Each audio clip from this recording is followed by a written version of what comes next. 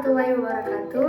Perkenalkan, nama saya Anggi. Saya dari Prodi D3 Budidaya Perkebunan Kelapa Sawit.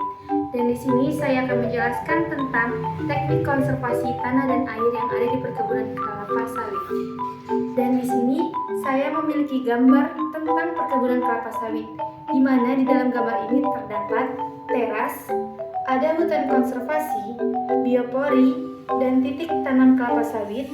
Kemudian ada rorak, terus di sini ada sempadan sungai, dan ini ada LCC atau tanaman penutup tanah, dan yang terakhir filtre.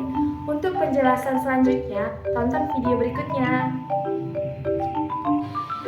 Baiklah, di sini saya akan menjelaskan tentang bagian-bagian yang ada di perkebunan kelapa sawit. Yang pertama yaitu ada hutan konservasi. Hutan konservasi itu sendiri adalah kawasan hutan dengan ciri khas tertentu yang mempunyai fungsi pokok pengawetan keanekaragaman tumbuhan dan satwa serta ekosistemnya. Dan yang kedua itu ada teras kontur, di mana teras kontur ini berfungsi untuk mengurangi laju permukaan akibat aliran air permukaan atau runoff sehingga akan mengurangi terjadinya erosi. Teras kontur biasanya diaplikasikan pada lahan-lahan dengan topografi bergelombang sampai berbukit dengan tingkat kemiringan 26-40%. Selanjutnya yang ketiga yaitu biopori.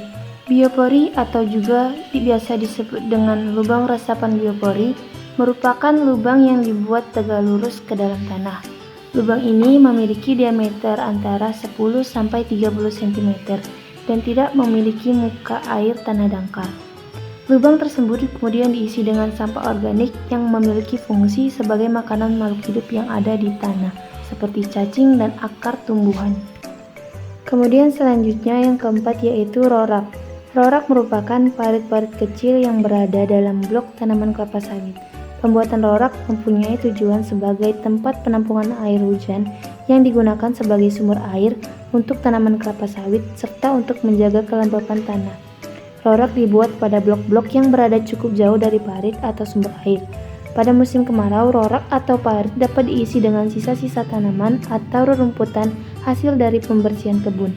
Sedangkan pada musim penghujan, rorak dibersihkan kembali agar berfungsi sebagaimana mestinya. Kemudian selanjutnya yaitu field drain. Field drain berfungsi sebagai penampung air di dalam blok sekaligus mengalirkan air ke collection drain. Ukuran field drain itu 1 kali 1 meter. Rasio pembuatan field drain adalah 2:1, artinya 2 baris tanaman dengan 1 parit, 4:1 atau 8:1, disesuaikan dengan kebutuhan dan kondisi tinggi muka air. Selanjutnya yaitu sempadan sungai. Sempadan sungai adalah area di sekitar kanan dan kiri tepi sungai. Jika disimpulkan, palung dan bantaran sungai adalah bagian dari sungai yang dialiri air dan sempadan adalah area tanah di sekitar sungai yang tidak dialiri air. Sempadan sungai juga berfungsi sebagai ruang penyangga antara ekosistem sungai dan daratan agar fungsi sungai dan kegiatan manusia tidak saling terganggu.